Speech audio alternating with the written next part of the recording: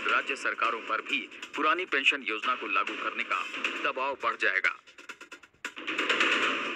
Bureau report, Bharat 24।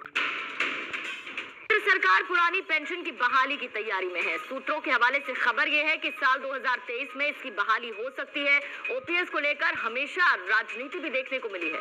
राजनीतिक दल इसकी बहाली को लेकर वादे भी करते हैं और वोट को हथियार के तौर पर इनका इस्तेमाल भी करते हैं। केंद्र सरकार की बहाली के बाद लगता है कि पार्टियों के सियासी दावे भी अब खत्म हो जाएंगे।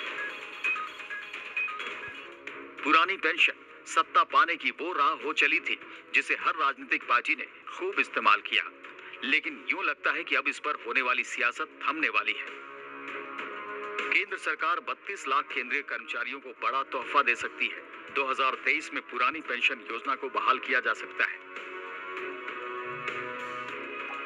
दिल्ली के राजनीतिक गलियारों में नई पेंशन योजना यानी एनपीएस को रद्द कर पुरानी पेंशन योजना को लागू करने को लेकर चर्चा शुरू हो गई है। सूत्रों के हवाले से खबर है कि पुरानी पेंशन योजना को फिर से बहाल करने के लिए केंद्र सरकार विकल्प तलाश रही है और वित्त मंत्रालय में इसे लेकर गुपचुप बैठक भी हो चुकी है। यानी 2023 में पुरानी पेंशन की बहाली की तैयारी जारी है और 2023 में कर्मचारियों को बड़ी सौगात मिल सकती है। तो चुनावी दंगल और पुरानी पेंशन, इन दोनों का कोई नाता तो नहीं है, फिर भी हल्ला मचता रहता है। गुजरात चुनाव हो या फिर हिमाचल चुनाव, हर तरफ पार्टियां अपने चुनावी वादों में पुरानी पेंशन की बहाली पर सियासत करती नजर आई। 1 अप्रैल 2004 को पुरानी पेंशन योजना बंद कर दी गई थी और इसे बदलकर राष्ट्रीय पेंशन योजना में तब्दील कर दिया गया था। आइए दोनों के बीच का कुछ अंतर है, वो अंतर क्या कहता है आपको समझा देते हैं। बात हो रही है पुरानी पेंशन योजना की और नई पेंशन योजना की। पुरानी पेंशन योजना, इस पेंशन के लिए वेतन से कोई कटौती नहीं, लेकिन जो नई पेंशन योजना है वेतन से 10% यानी कि बेसिक प्लस डीए की कटौती की जाती है।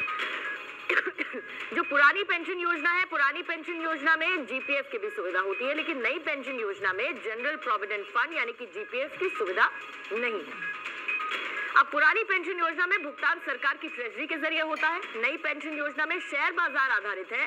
बाजार की चाल क्या कहती है उसके आधार पर इसका भुगतान होता है। पुरानी पेंशन योजना में आखिरी वेतन का 50% पेंशन का हिस्सा होता है, लेकिन नई पेंशन योजना में निश्चित पेंशन की कोई गारंटी नहीं है, मिलेगी या नहीं। पुरानी पेंशन योजना 6 महीने के बाद मिलने वाला जो महंगाई भत्ता है डीए यानी कि वो लागू होता है इसमें। नई पेंशन योजना में महंगाई भत्ता बाहर कर दिया जाता है, लागू नहीं होता। पुरानी पेंशन में रिटायरमेंट के बाद 20 लाख रुपए तक की ग्रेच्युटी है, लेकिन नई पेंशन योजना में रिटायरमेंट के समय ग्रेच्युटी का एक अस्थायी प्रावधान है, फिक्स नहीं है ये। पुरानी पेंशन योजना में सर्विस के दौरान मौत होने पर फैमिली पेंशन का भी प्रावधान है, यानी कि वो पैसा फैमिली के पास जाता है। नई पेंशन योजना में फैमिली पेंशन है, लेकिन योजना में जमा पैसे सरकार जब्त कर देगी। तो इन दोनों में यही एक बेसिक अंतर है और इसी को लेकर इस पर बार बार सियासत भी होती रहती है। पीएम नरेंद्र मोदी का एक और मास्टर स्ट्रोक सामने आ चुका है। ओपीएस यानी पुरानी पेंशन योजना को लेकर जल्दी हो सकता है बड़ा ऐलान और केंद्र सरकार इसको लेकर के जबरदस्त